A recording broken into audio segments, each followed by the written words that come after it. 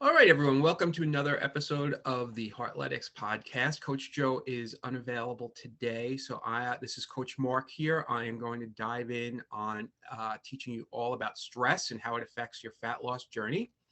If you are listening today, on iTunes or on any of the other options, please make sure to also check out the YouTube page, like and subscribe there as well.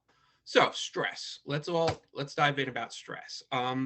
Humans create stress. Unlike other animals or other creatures, we create it ourselves by thought. So, when we are in emergency mode, right, which is what happens when we're in stress, the fight or flight response, we can't be in growth and repair mode. Only one of them can happen at a time. So, things that happen when we're in flight or flight response, right? The dilation of the pupil, the dry mouth, fast breathing, pounding heart, tense muscles, slow digestion, palm sweating. Your amygdala starts to react to the threat. The hypothalamus activates the sympathetic nervous system. Adrenaline is released. The adrenal cortex releases cortisol, right, for continued alertness. Now, all of this happens because your body can't determine or decide between like what we would consider a real threat, like back in the day when there was a predator or anything along those lines, right? Your body can't determine between that and the thoughts that you're processing that create stress. So you have no real way of differentiating between one or the other. And when you revisit the past, right, when you're dwelling on past concerns, things that got you, upset you in the past, now you're looking at depression, powerlessness, sadness. And then similarly, if you're dwelling in the future, right, worrying about things that most likely are never going to come to be, you're dealing with anxiety. And you condition yourself to these kind of feelings by repeating these thoughts, by repeating these practices. So what we want to do to get out of that is be present in the current moment. When you're present in the here and now, that's how you move away from the anxiety or the depression, because you're moving out of worrying about the future or living in the past. If you are in stress, right, 24/7, you're in that fight or flight mode. That is one of the most underrated factors as far as having an impact on your ability to lose weight. So when you're chronically stressed, this impacts your goals as far as weight loss, as far as fitness, because it causes hormonal issues throughout your body that impact your hormones, your sleep, your mood, and it impacts your ability to lose weight. So when we're dealing with stress, we're really talking about anything that raises your cortisol levels. And whether you feel it mentally or not, right, this is going to impact your ability to lose weight. So if you're struggling in this journey, right, you need to think about what is causing the stress. And it could be emotional, physical, chemical, social, family, work, right? Things about decisions, but things about isolation. All of this, is a starting point for thinking about what is causing you stress and how can you deal with that. Because when you do have this stress, right, you have no internal balance. Your cortisol is going to break down your immune system. You're prone to illness. Your digestion of proteins is affected. So basically, the best diet, right, for dealing with stress is a diet of not complaining, right, being positive. Because now, when you're under this stress, you have no energy for metabolic, processes. You have no energy to currently deal with digestive issues. Basically, it's kind of like if you're under attack by a predator. Um, at that point, it's not the time to eat. It's not the time to digest food. It's the time to deal with that stress. So, and now you're being reactive, not productive, which means that the cortisol issues, right? They block dealing with new experiences. They kind of keep you rooted in the familiar and the repetitive, and they denature your hippocampus. So, a couple of things, right? Stress will impact your hunger signaling. And what that means is that increased cortisol stimulates ghrelin and reduces the sensitivity of leptin, right? These are all hormonal changes, but basically what it means is you're hungry, or you feel hungry rather, but you aren't actually hungry. And so when people talk about stress eating, that's a real condition, right? It's due to the hormones that are, activated because of stress. It's also stress is gonna encourage your body fat accumulation. So there's a relationship between high cortisol levels, an increase in abdominal fat, visceral fat, right, has a specific enzyme that converts inactive cortisone to active cortisol.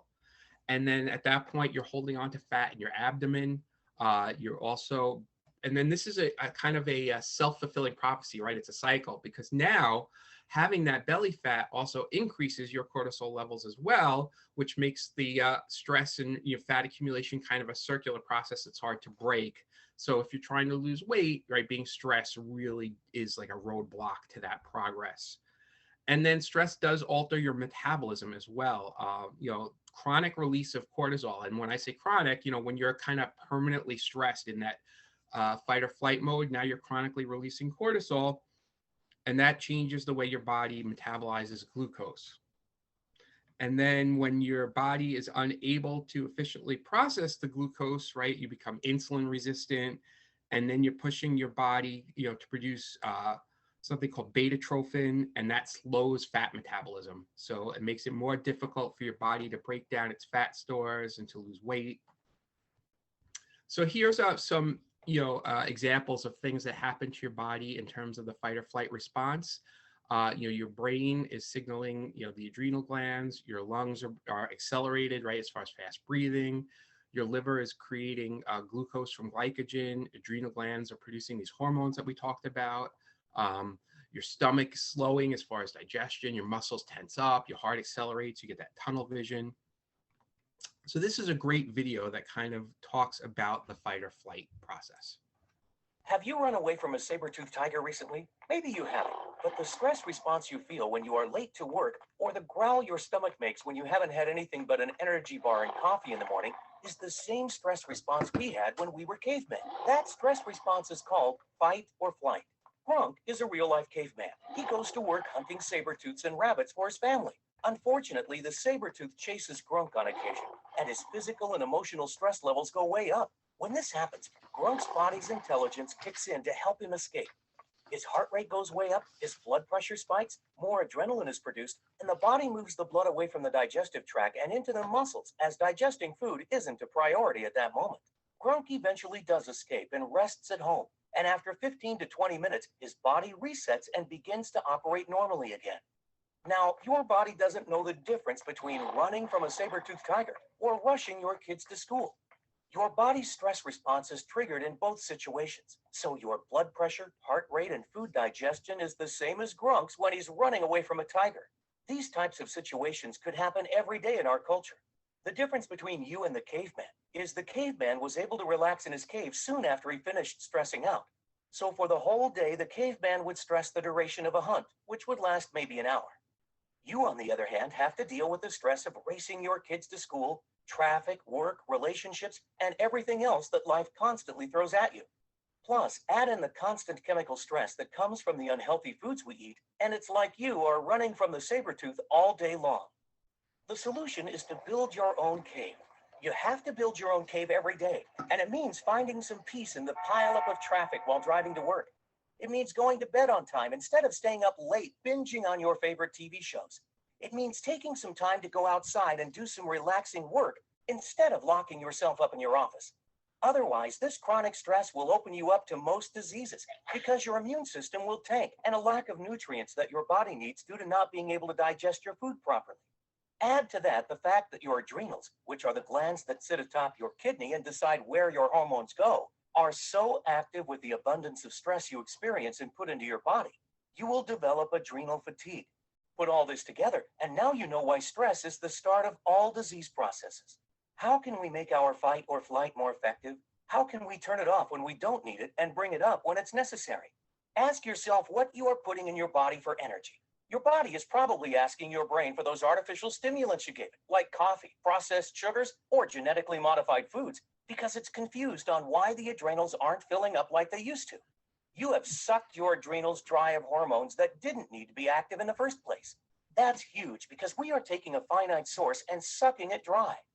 What people may not know is that a lot of things trigger the fight or flight response. Emotional stresses, eating unhealthy foods, overreacting to life's daily challenges, going through tough emotional times, all trigger fight or flight. However, that leaves a lot of areas where we can improve it. So if this video has successfully stressed you out with all the info it's loaded you up with, you should take a minute to relax. At least you don't have a tiger running after you. If you always put limit on everything you do, physical or anything else, it will spread into your work and into your life. There are no limits. There are only plateaus, and you must not stay there. You must go beyond them. Bruce Lee. Have you run away from a saber-toothed tiger recently?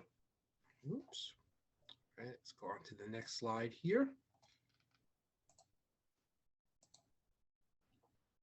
Okay, so here's some more information on the stress effects on your body, right? It makes it hard to concentrate. It promotes depression, anxiety, low energy. As far as your muscles, right, it's going to add to inflammation, aches and pains. So recovery is going to be impacted as far as your workouts, high blood pressure, risk of heart attack. We talked about how, it affects, digestive processes, immune processes. It can even affect the reproductive system, right? Decreased libido, sexual function, etc. So again, stress, right, has an effect on pretty much everything at your body. And then from more of like less of a physical side and more of a your mindset side, right? It leads to selfishness. And we talk about how we want to move towards the 2.0 and then the 3.0 version of ourselves, and a lot of that has to do with helping others. Stress has you focused on your internal self because you're now kind of dealing with your ego, with your body, your environment, and time, right? How much time am I going to have to get out from under whatever this is that's stressing me, right? What's going on in my environment that's affecting me? What's going on in my body? So that takes you out of things like possibility, creation. It's focusing us to matter. You have to focus. It's forcing us to focus on matter and real concrete things as opposed to dwelling on our mindset growth, and that's never the answer. So when we are in stress, right, we lose track of like time, space. When we are out of stress, right, when we're in that kind of creation mode, when we're freer, right, we lose track of that time and space. We become sort of consciousness. That's how, like, sometimes you can get lost in something that you enjoy doing, right? You lose track of time. And to change ourselves in the future, we need to be dealing in thought, possibility, new experiences. So stress pulls us out of that, and it hinders our growth on that level as well. So it's just another example of how it's important to deal with stress, because it really does negatively impact all aspects. And then this is a great video from Dr. Joe Dispenza about the danger of what happens with prolonged stress. The stress response is what your body innately does to return itself back to order. And we have three basic stresses. We have physical stress, like accidents, injuries, falls, traumas. We have chemical stress, like bacteria and viruses and hormones in foods and heavy metals and hangovers and blood sugar levels. And then we have emotional stress, and that's family tragedies, loss, job, finances. And all of those things knock our brain and body out of balance. All organisms in nature can tolerate short-term stress. A pack of coyotes chases a deer. If the deer outruns the coyotes, 15 minutes later, she turns back into grazing. She goes back into foraging and grazing, and the stress response is over. But human beings, we're so unique because we can turn on the stress response just by thought alone. We could think about something that's happened in our past, or we can worry about something that's going to happen in the future. And by thought alone, we turn on those same chemicals. And when you turn on the stress response and you can't turn it off, now you're headed for some type of disease, because no organism in nature can live in emergency mode for an extended period of time. So to answer your question, if you can turn on the stress response just by thought alone, and it's a scientific fact that the hormones of stress downregulate genes to create disease, then it means that your thoughts can literally make you sick. So the fundamental question is, if your thoughts can make you sick, is it possible that your thoughts can make you well? The stress response is what your body... Okay.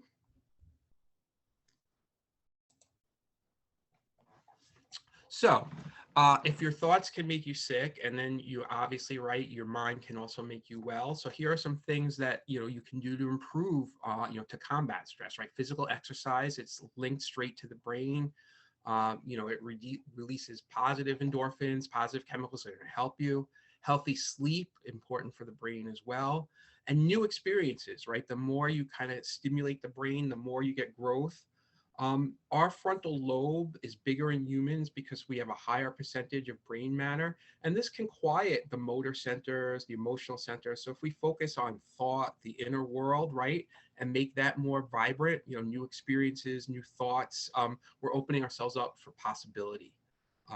So that's always a helpful way to look at it as well.